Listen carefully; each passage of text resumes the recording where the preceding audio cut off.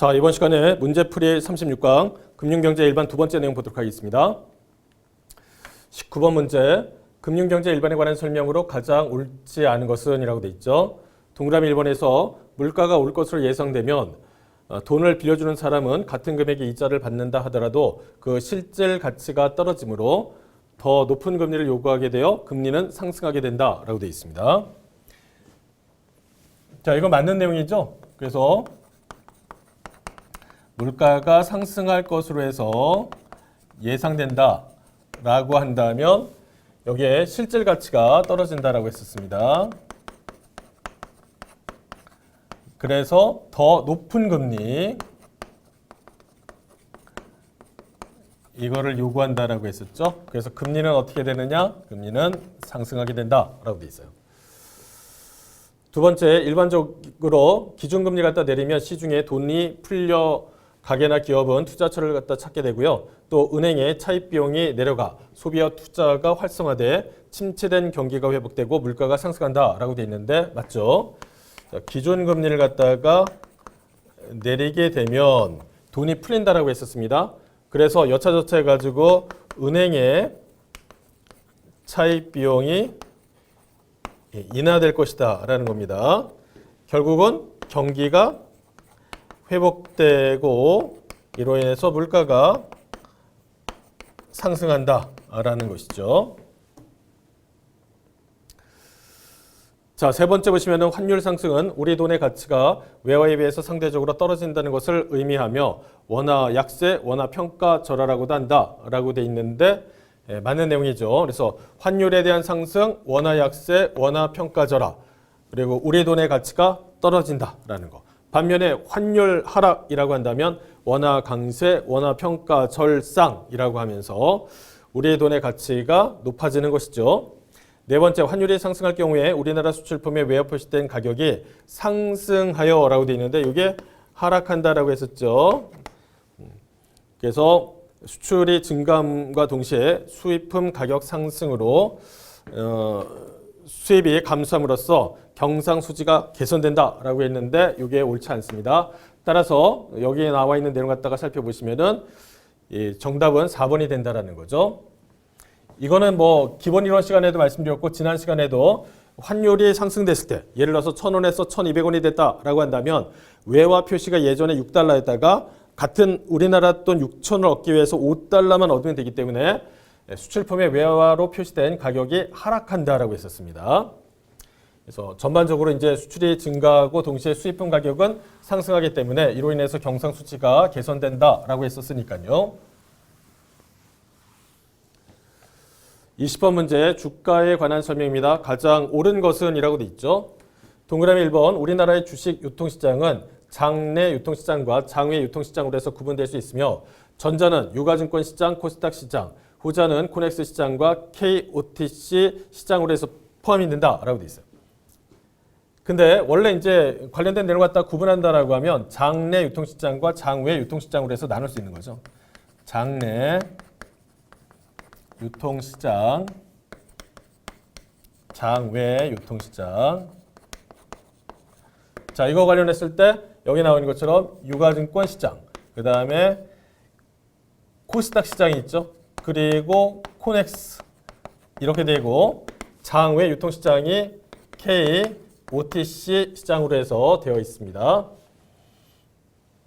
그 다음에 두 번째 주가지수는 비교 시점 시가총액을 기준 시점 시가총액으로 나눈 후 100을 곱해서 산정한다라고 했었으니까 이렇게 하시면 되는 거죠. 주가지수 요거는 여기에 비교 시점의 시가총액 그다음에 여기서는 기준 시점 시가총액 곱하기 100 이렇게 해서 계산한다라고 했었습니다. 세 번째, 발행시장은 기업 공개나 유상증자를 통해서 발행된 주식이 거래되는 시장이다 라고 되어 있으니까 중요한 포인트는 뭐냐라고 하면 주식이 거래되는 시장이에요. 그러니까 이거는 발행시장을 얘기하는 게 아니라 뭘 얘기하는 거예요? 발행된 주식이 거래되는 거기 때문에 유통시장에 대한 설명이 되겠죠. 네 번째, 투자 기간 동안에 주식시장과 동일한 위험을 감수하면서 10%의 수익을 올렸으나 종합주가지수는 20%가 올랐다라고 하면 좋은 투자 결과를 거두었다고 볼 수 있다라고 했는데 아니죠. 그렇지 않죠. 예. 제가 이거 기본이론 그 시간에 말씀드렸잖아요. 예를 들어서 제가 이제 어린 아이 자녀가 있는데 이번에 시험을 갔다가 잘 봤다라고 해서 얼마나 올랐나라고 했더니 예전에 비해서 10점 올랐다. 굉장히 잘한 거죠. 그렇지만 전체 학급의 평균에 있어서 20점이 올랐다라고 한다면 과연 잘 본 거냐라고 하면 그렇게 얘기하기가 어렵다라고 했었습니다. 따라서 가장 옳은 것은 뭐냐라고 하면 두 번째 나와 있는 주가지수에 대한 설명이죠. 비교 시점의 시가총액을 기준 시점의 시가총액으로 나눈 후 곱하기 100을 합니다. 21번에 보시면 주가지수에 관한 설명인데 가장 옳은 것은 이라고 되어 있습니다. 첫 번째 KRX 100 지수가 있습니다. 유가증권 시장과 코스닥 시장의 우량 종목을 고루 편입한 종합 주가지수라고 되어 있잖아요. 이게 이제 유가증권 시장에서 90개고 코스닥 시장에서 10개, 총 100개가 들어갑니다. 이게 90개, 코스닥에서 100개.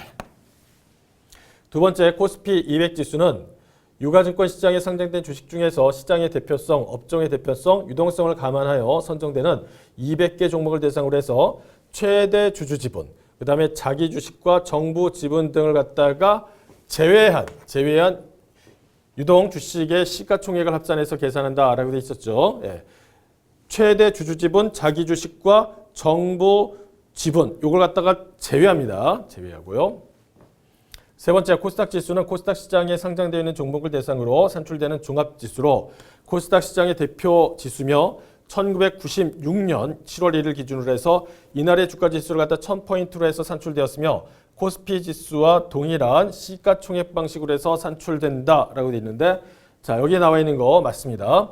코스닥 지수 관련했을 때 코스닥 지수가 이게 1996년 7월 1일로 해서 하고 있습니다. 이때를 갖다가 1000포인트로 하는 거죠. 이렇게 됩니다. 근데 이제 코스피 지수가 1980년 1월 4일 이렇게 돼 있죠. 이때를 갖다 100으로 합니다. 그 다음에 코스피 200 지수가 있죠. 이게 1990년 1월 3일 이렇게 돼 있습니다. 그리고 나서 보시면은 그 밑에 코스닥 150 지수가 있단 말이에요.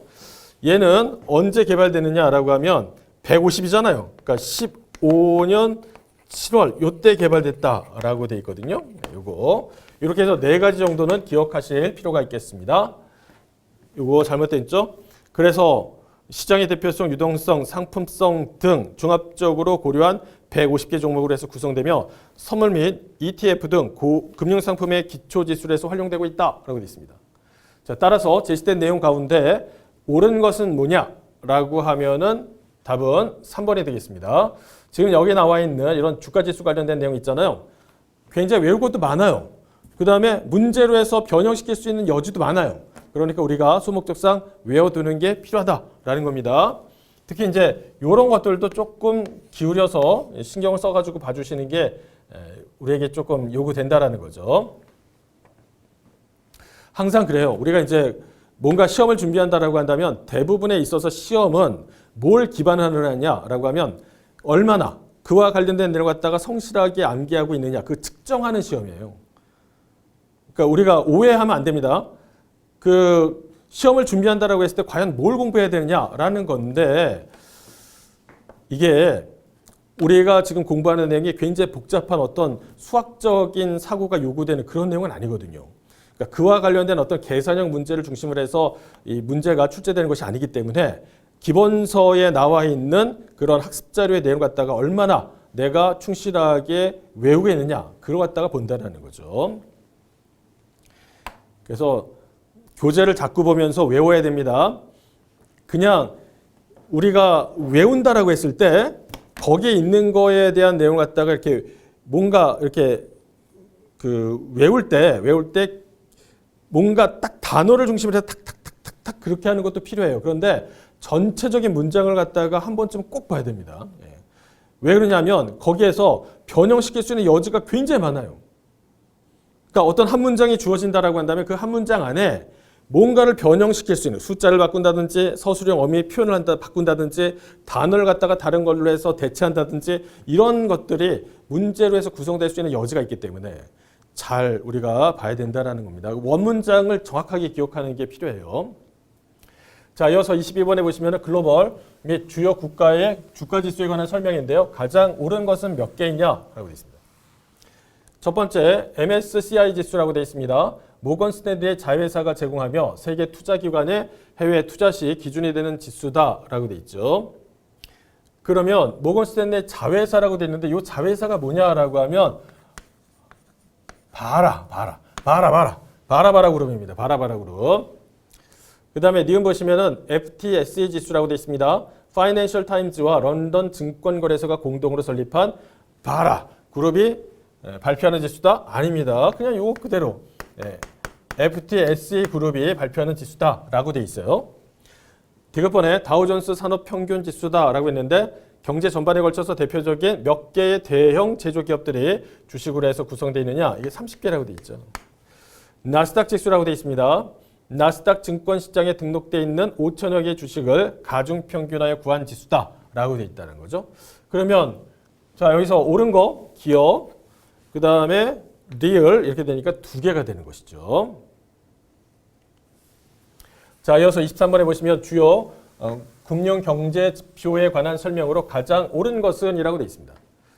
동그라미 1번에 보시면 돈의 공급은 주로 가계에 의해서 이루어지는데 가계소득이 적어지거나 소비가 늘어나게 되면 돈의 공급이 어떻게 돼요? 줄어들고 금리가 내려가게 된다라고 되어 있는데 돈의 공급이 줄어들면 금리가 내려가는 거예요? 금리가 올라야 되는 거죠. 자, 돈의 공급이 줄어들어요? 그러면 금리는 오르게 된다라는 겁니다.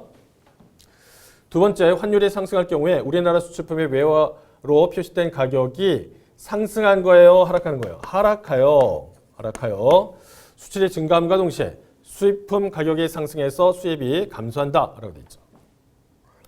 그 다음에 세 번째, 100만 원짜리 채권은 10만 원에 할인된 90만 원에 사고요. 1년 후 100만 원을 받은 경우 할인율과 이에 따른 수익률을 비교하면 수익률이 할인율보다 낮다라고 되어 있는데 아니죠. 반대입니다. 어떻게 된다고요? 이 경우에 있어서 할인율이 얼마? 10%라고 했습니다. 반면에 수익률로 전환하면 11.1%죠. 계산 어떻게 한다고요? 100만 원에 10만 원. 반면에 수익률은 90만 원에 10만 원. 이자죠, 요거 할인된 금액이고. 이렇게 해서 계산하시면 되겠습니다. 따라서 할인율을 갖다 수익률로 전환하게 되면 어떻게 돼요? 할인율을 갖다가 수익률로 전환할 경우에 할인율, 수익률 비교해 보시면 이렇게 되는 거죠. 네 번째, 코스피 200 지수는 유가증권 시장에 상장된 주식 중에 시장의 대표성, 업종 대표성, 유동성 등을 감안하여 선정된 200개 종목을 대상으로 하며 1990년 1월 3일 기준으로 해서 기준 시점으로 해서 작성되고 있다라고 되어 있죠. 앞에서 살펴보신 것처럼 코스피 지수가 1980년 1월 4일이다라고 했었어요. 반면에 코스피 200지수 1990년 1월 3일 이렇게 돼 있다라는 거죠. 네, 이거 1월 4일 이렇게 돼 있습니다. 자, 그래서 여기에 기점을 해서 작성되고 있다라고 했었으니까 기억을 좀 해주실 필요가 있겠습니다. 따라서 가장 옳은 것은 뭐냐라고 하면은 4번이 되겠죠. 4번. 자, 이어서 24번 문제, 금융시장의 의의에 관한 설명으로 가장 옳지 않은 것은 이라고 되어 있습니다. 동그라미 1번에 금융시장에서 자금 수요자는 주로 기업이며 자금의 공급자는 주로 개인들인데 개인은 소득 중에서 쓰고 남는 돈의 가치를 증식하기 위해서 금융시장에 참여한다라고 되어 있는데 맞는 내용이죠? 네. 두 번째, 금융거래가 이루어지기 위해서는 이를 매개하는 수단이 필요한데 이러한 금융수단을 금융자산 또는 금융상품이라고 한다라고 되어 있어요. 맞아요. 금융거래가 이루어지기 위해서 매개하는 수단. 금융 거래 이루어지기 위해서 매개하는 수단. 그게 뭐라고요? 이 금융수단을 갖다가 금융자산, 금융상품이라고 한다는 거죠. 세 번째, 금융시장이란 자금의 공급자와 자금의 수요자 간의 금융거래가 조직적으로 이루어지는 장소를 말하며 특정한 지역이나 건물 등의 구체적인 공간으로 제한한다 라고 했잖아요.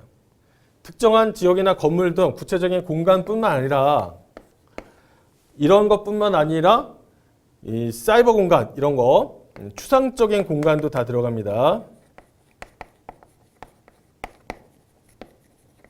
이것도 포함이 된다라는 거죠. 네 번째, 금융자산은 현재 또는 미래의 현금 흐름에 대한 청구권을 나타내는 증서로서 예금 증서, 어음, 채권 등이 있다라고 했는데 맞죠? 따라서 옳지 않은 것을 골라라라고 한다면 여기서 3번이 되겠습니다. 그래서 여기 나오는 보시면은 여기서 장소라는 개념이 특정한 지역이나 건물 등 구체적인 공간뿐만 아니라 사이버 공간 등 추상적인 공간을 포함한다라고 했었습니다. 자, 25번에 보시면 금융시장의 의회에 관한 설명 중에 가장 옳은 것은 이라고 되어 있죠. 동그라미 1번에 정부도 직접 금융시장에서 국채를 발행하여 재정자금을 조달할 수 있습니다. 있어요. 그 다음에 두 번째, 금융중개기관이 자신에 대해서 발행하는 청구권을 뭐라고 그래요? 요거는 간접증권이라고 하죠. 그 다음에 또는 제2차 증권이라고 합니다.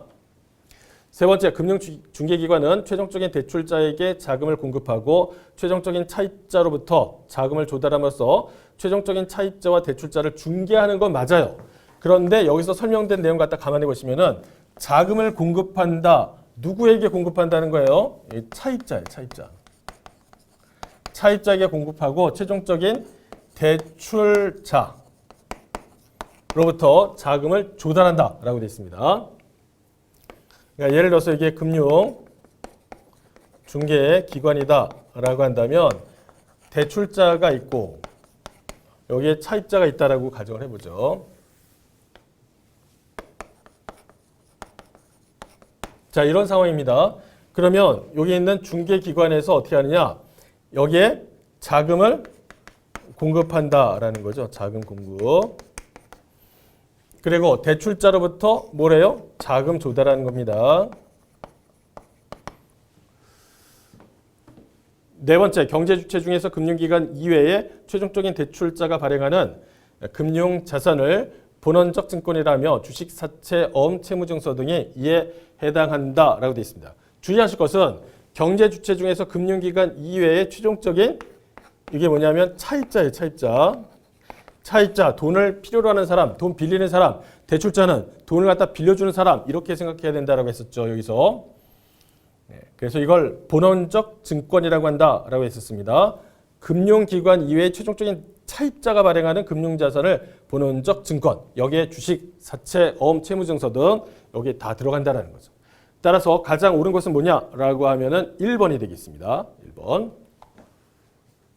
26번 다음 가로에 들어갈 알맞은 말은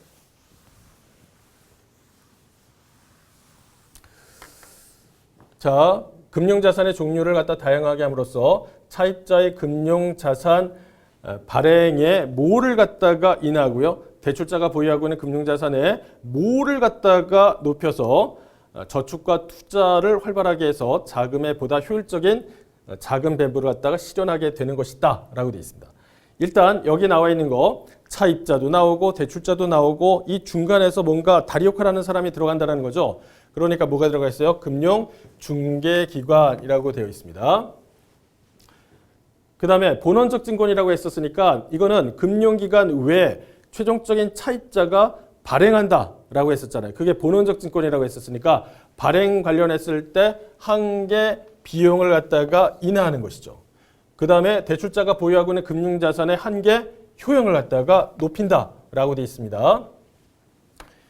따라서 들어갈 말로 알맞은 말은 2번이 되겠습니다. 2번. 관련된 내용 갖다 확인해 보시면 금융중개기관이 금융자산의 종류를 갖다가 다양하게 함으로써 이걸로 인해서 차입자의 금융자산의 발행에 한계 비용을 인하, 대출자에게 한계 효용을 갖다가 높인다라고 했었습니다. 그래서 여기에 나와 있는 이런 관계, 여기에 발행의 차입자의 금융자산 발행의 한계 비용을 인하하고 대출자가 보유하고 있는 금융자산의 한계 효용을 높인다. 그래서 효율적인 배분이 일어난다라는 거죠. 자, 이번에 27번 문제 보도록 하겠습니다. 금융시장의 기능에 대한 설명이다. 가장 옳지 않은 것은 동그라미 1번에서 파생 금융상품과 같은 위험 해지 수단을 제공하여 투자자가 투자 위험을 위험 선호도가 낮은 다른 시장 참가자에게 전가할 수 있다라고 되어 있는데, 자, 여기서 이제 위험 선호도가 낮은 이게 아니라 위험 선호도가 높은 다른 시장 참가자에게 전가할 수 있다라고 되어 있습니다. 보통 이제 위험에 대한 선호도를 얘기할 때 위험 선호도가 높다 아니면 낮다, 또 경우에 따라서는 여기 이제 좀 중립적이다 이렇게 얘기하는 경우도 있습니다. 그러니까 위험 선호도가 높다라는 것은 위험을 내가 이제 감수하겠다는 얘기죠. 감수한다, 그리고 위험을 갖다가 추구한다, 이런 개념이고요. 반면에 위험 선호가 낮다라고 한다면 나는 위험을 갖다가 좋아하지 않아요. 그래서 위험을 회피한다라는 거죠. 피한다. 이런 개념으로 해서 봐주시면 되겠습니다. 그러면 파생 금융상품과 같은 위험 해지 수단을 갖다 제공한다라고 한다면 투자자가 투자 위험을 갖다가 위험 선호도가 어떻게 해요? 이거를 충분히 감내하면서 그 위험을 추구하고자 하는 다른 시장 참가자에게 떠넘길 수 있다라는 개념이니까 여기서는 높은 이렇게 봐주시면 되겠습니다. 두 번째, 투자자는 환금성이 떨어지는 금융자산을 매입할 경우에는 동자산을 현금으로 전환하는 데 따른 손실을 예상하여 일정한 보상, 즉 유동성 프리미엄을 갖다가 요구하게 됩니다. 세 번째, 금융시장은 소비 주체인 가계 부분에 적절한 자산 운용 및 차입 기회를 제공하여 가계가 자신의 시간 선호에 맞게 소비 시기를 갖다 선택할 수 있게 함으로써 소비자의 효용을 증진시키는 기능을 한다라는 거죠. 그러니까 이게 금융시장 관련했을 때 자원 배분 기능을 한다라고 생각하시면 되겠습니다. 네 번째, 시장 규율이란 차입자의 건전성 갖다 제고하기 위하여 시장 참가자가 당해 차입자가 발행한 주식 또는 채권 가격 등의 시장 선호를 활용하여 감시 기능을 수행하는 것을 말한다라고 되어 있죠. 그래서 예를 들어서 뭐 신규 사업을 갖다가 진출하고자 한다라고 한다면 그때 뭐 다른 회사를 갖다 인수하거나 합병하는 일이 벌어지잖아요. 그와 관련했을 때 그런 것들이 그 기업의 재무 어떤 상황을 갖다가 악화시킨다라고 한다면 그때 주가가 많이 떨어지죠. 그런 것들이 바로 이거라고 생각하시면 되겠습니다. 가장 옳지 않은 것을 갖다가 찾는다라고 한다면 정답은 1번이 되겠습니다. 위험 선호도가 높은 다른 시장 참가자에게 전가할 수 있다라는 것이죠. 자, 이어서 28번 문제, 금융시장의 유형에 관한 설명이다. 가장 옳지 않은 것은 이라고 되어 있어요. 동그라미 1번에서 대출시장은 차주에 따라 가계대출시장, 기업대출시장으로 해서 구분되며 신용카드 회사와 같은 여신 전문 금융회사가 제공하는 현금 서비스나 판매 신용은 대출 시장에서 제외되나요? 아닙니다. 제외되지 않고 여기 다 포함되는 거죠. 두 번째, 외환시장은 전형적인 점도시장이 하나로서 거래 당사자에 따라 외국환 은행 간 외환 매매가 이루어지는 은행 간 시장과 은행과 비은행 고객 간의 거래가 이루어지는 대고객 시장으로 해서 구분이 되고 있습니다.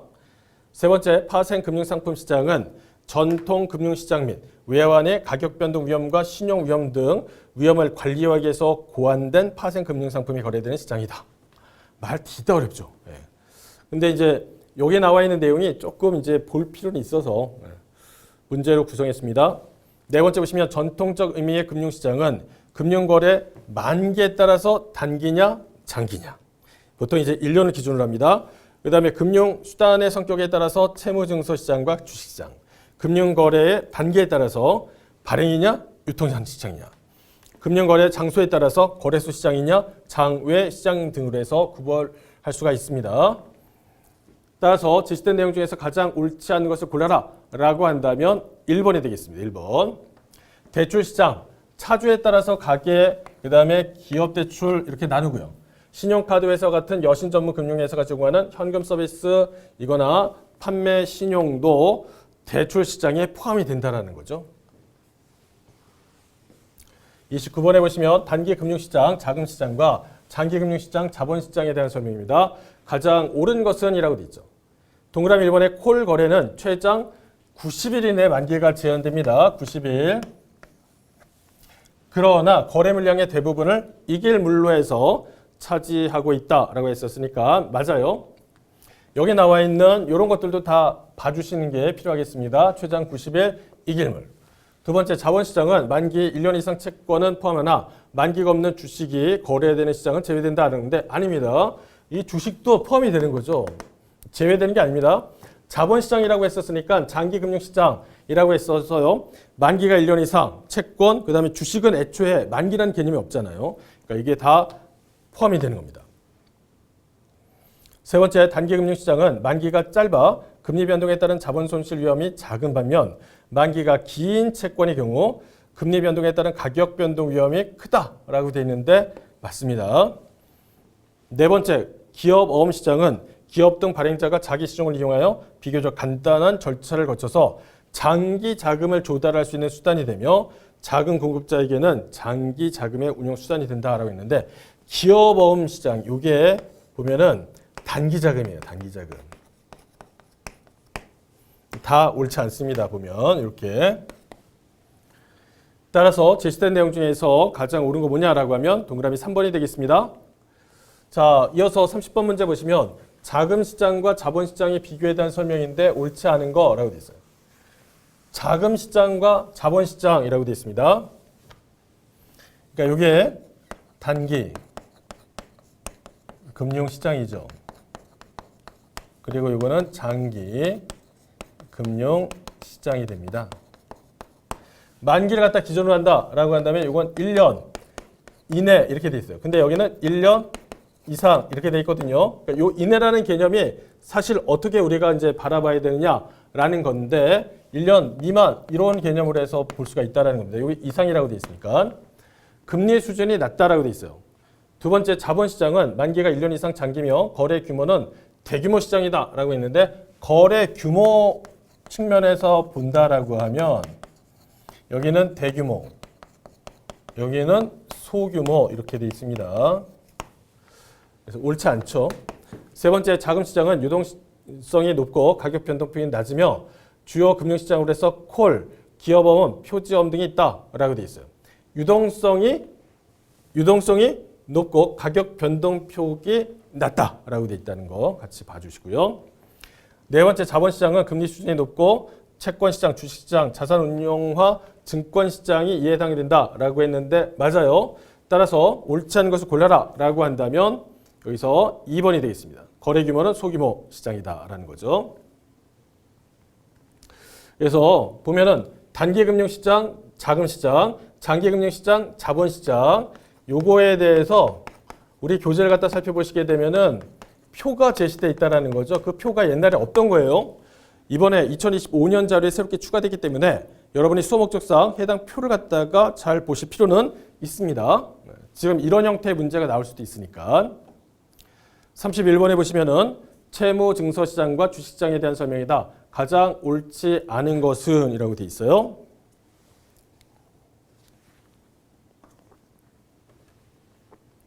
동그라미 1번에서 우리나라의 경우에 기업어음시장, 양도성예금시장, 표지어음시장, 통화안정증권, 국채회사채, 금융채의 채권시장이 채무증서시장에 해당이 된다라고 했는데 맞죠? 맞습니다. 그 다음에 두 번째 보시면 주식으로 해서 조달된 자금에 대해서는 원리금 상환 의무가 없죠. 그 대신 주주는 주식 소유자로서 기업 순이익에 대한 배당 청구권을 갖게 됩니다.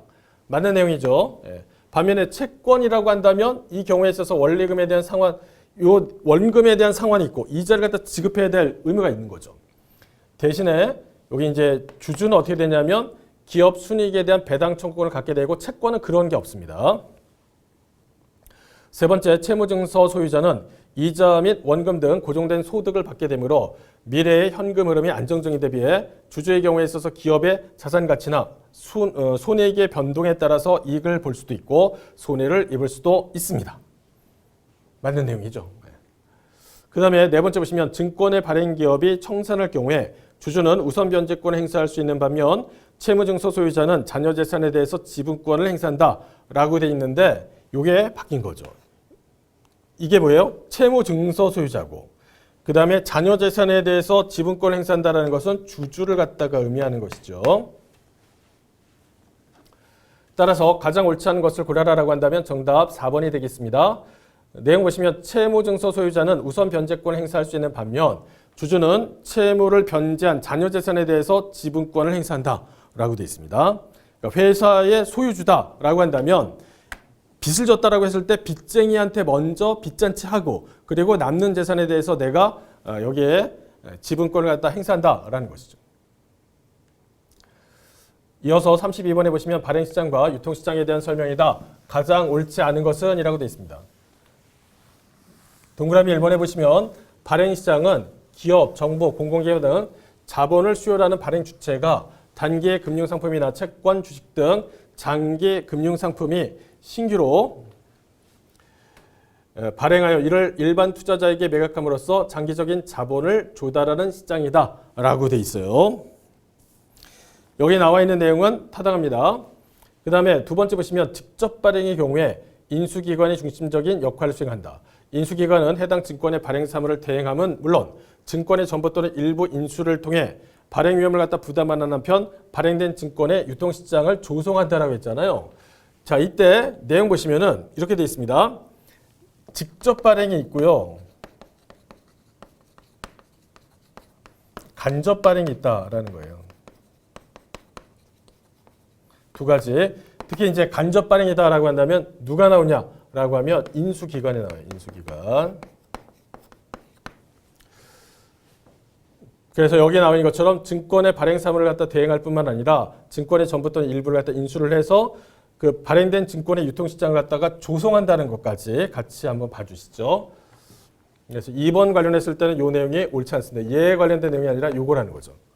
세 번째, 정부가 국고채를 발행할 때 국고채 전문 딜러가 경쟁 입찰에 독점적으로 참여한다. 요 문장이 굉장히 뭐야? 라고 한다라고 했었잖아요. 기본 이론 시간에 말씀드렸죠.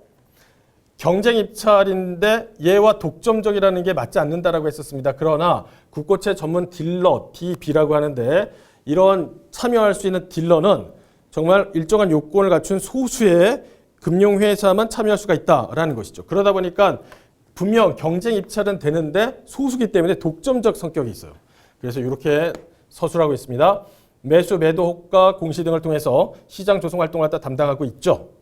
네 번째, 유통시장의 가격이 높으면 발행시장의 가격도 높아 증권의 발행자는 낮은 비용으로 소유자금을 조달할 수 있게 됩니다.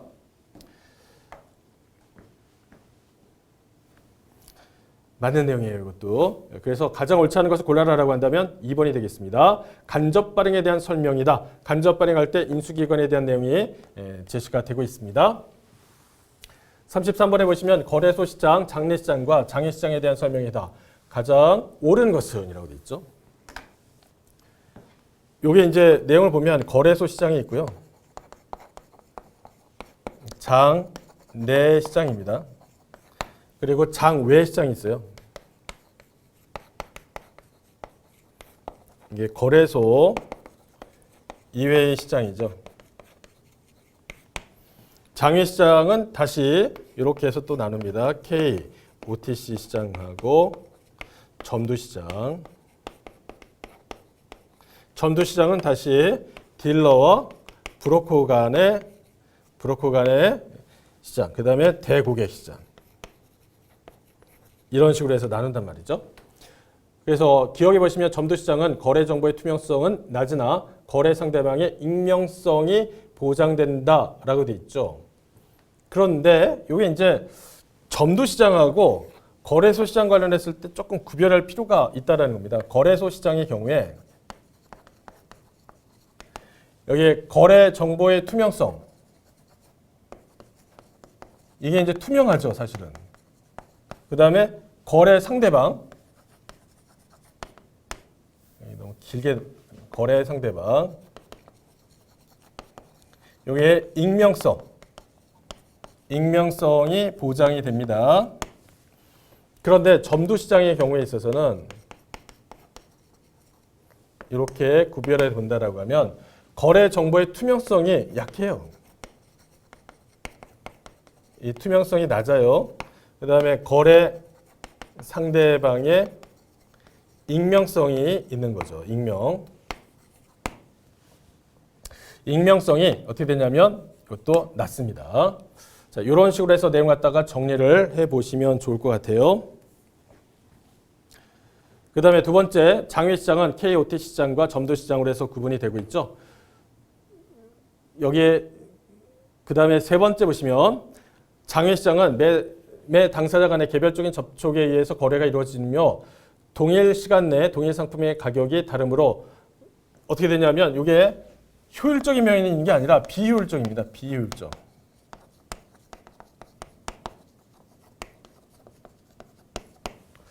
네 번째, 한국거래소는 채권, ETF, ETN 등을 제외한 주식 파생 상품 등을 거래하고 있다라고 했는데 아닙니다. 다예요, 다. 이거 다예요. 채권도 하고 ETF도 하고 ETN도 하고 주식 파생 상품 이런 건 전부 다 거래하고 있습니다. 따라서 가장 옳은 것은 뭐냐라고 하면 2번이 됩니다. 2번. 장외시장은 KOT 시장과 점도 시장으로 해서 구분된다라는 거죠. 동그라미 1번에 보시면 점도 시장 관련했을 때 거래 정보의 투명성 이게 낮아요. 그 다음에 거래 상대방의 익명성도 낮아요. 그러나 거래소 시장의 경우에 있어서는 거래 정보가 투명하고 거래 상대방의 익명성이 보장된단 말이죠. 자, 그 다음에 34번에 보시면 거래소 시장, 장내시장과 장외시장에 대한 설명이다. 가장 옳지 않은 거라고 되어 있습니다.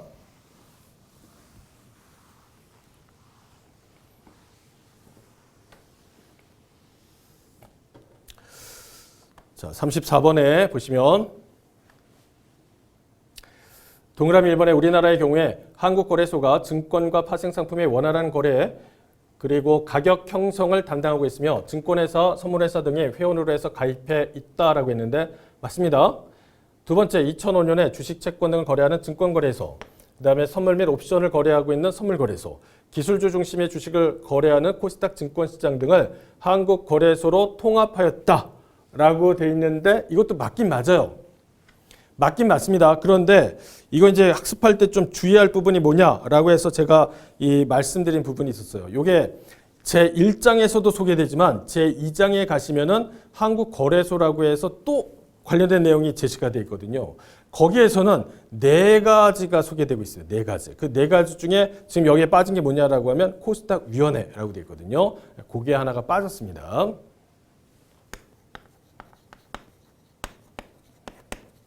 코스닥 위원회 이렇게 되어 있으니까 이게 빠졌다.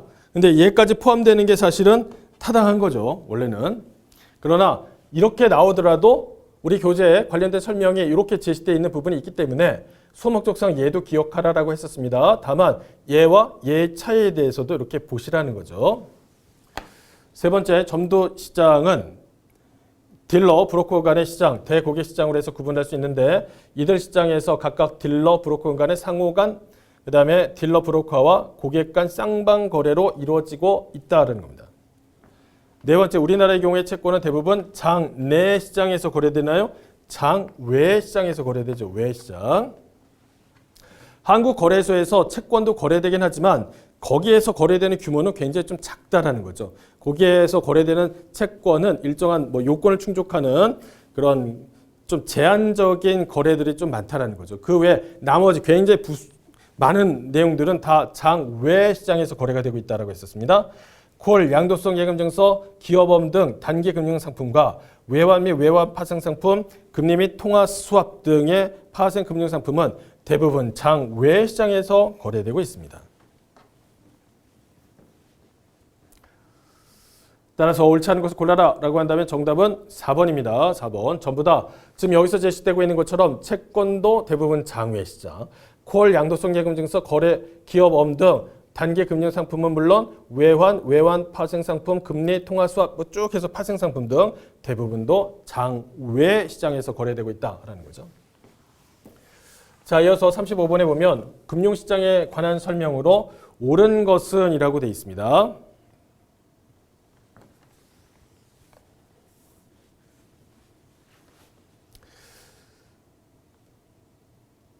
동그라미 1번에 보시면 국고채 전문 딜러는 유통시장에서 국고채 인수 등 우선적인 권리를 발행시장에서 시장 조성자의 의무를 수행한다라고 했는데 시장 조성자의 의무를 수행한다라는 것은 발행이 아니라 이게 이제 유통시장입니다. 유통시장.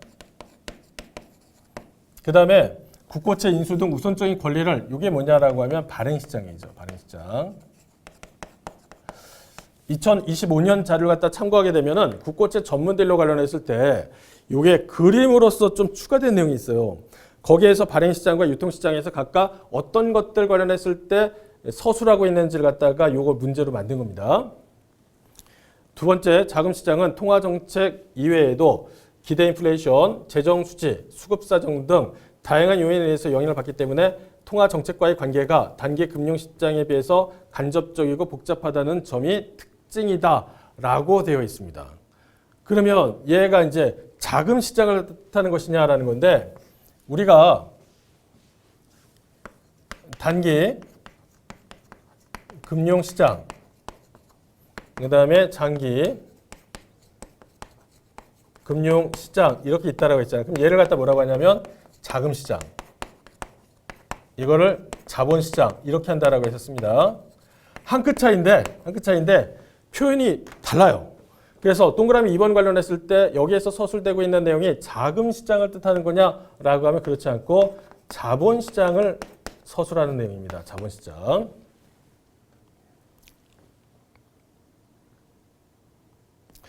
자, 이번에 세 번째 보시면 장외시장은 특정한 규칙 없이 거래소 이외 장소에서 당사자 간의 금융상품의 거래가 이루어지는 시장을 말하며 한국금융투자협회가 개설 운영하는 KOTC 이런 것들이 있다라고 했었습니다. 그래서 KOTC 시장 누가요? 한국금융투자협회가 개설 운영한다라는 점도 조금 눈여겨보시고요. 네 번째, 유통시장은 기업, 정부, 공공기관 등 자본을 수요로 하는 발행 주체가 단기 금융상품이나 채권, 주식 등 장기 금융시장이 신규로 발행하여 이를 일반 투자자에게 매각함으로써 장기적인 자본을 조달하는 시장이다라고 되어 있잖아요. 내용 보시면 신규로 발행하여 이렇게 돼. 신규로 발행한다. 이 내용이 가장 핵심이죠. 그러면 이게 유통시장을 갖다 의미하는 거냐라고 하면 그렇지 않고 발행시장을 뜻한다라고 되어 있습니다. 이거 신규로 발행하여 이런 표현이 있으니까요. 따라서 제시된 내용 중에서 옳은 것은 뭐냐라고 하면 3번이 되겠습니다. 3번. 자, 여기 나와 있는 내용 갖다가 좀 확인해 본다라고 하면 국고채 전문 딜러는 발행시장에서 국고채 인수 등 우선적인 권리, 반면에 유통시장이다라고 한다면 시장 조성자의 의무를 수행해야 된다라고 되어 있고요. 두 번째 나와 있는 내용은 자본시장에 대한 설명이다라고 되어 있습니다. 네 번째, 여기에 지금 보시면은 발행 주체가 단기 금융 상품이나 채권, 주식 등 장기 금융 상품이 이게 좀 끊어 읽을 때 잘 끊어 읽지 못해요. 보면 자꾸 이렇게 해서 이렇게 끊으시면 됩니다. 신규로 발행해서 신규로 발행한다는 내용이 제일 중요하죠. 여기서는 이를 일반 투자자들에게 매각함으로써 장기적인 자본을 조달하는 시장이다라는 것이죠. 이거는 발행 시장을 의미합니다. 따라서 옳은 것은 3번이라는 거죠. 3번. 자, 이렇게 해서 우리가 제1장 관련된 내용 갖다가 살펴봤습니다. 여기에는 장황하게 서술된 내용이 많기 때문에 여러분께서 학습하신다라고 한다면 기본적인 내용 갖다 먼저 머릿속에 집어넣고 걔를 어떤 식으로 풀어나가는지 그 표현의 방식을 갖다가 조금 관심 있게 보실 필요가 있다는 거죠. 자, 이번 시간 이렇게 해서 마무리하도록 하겠습니다. 수고 많으셨습니다.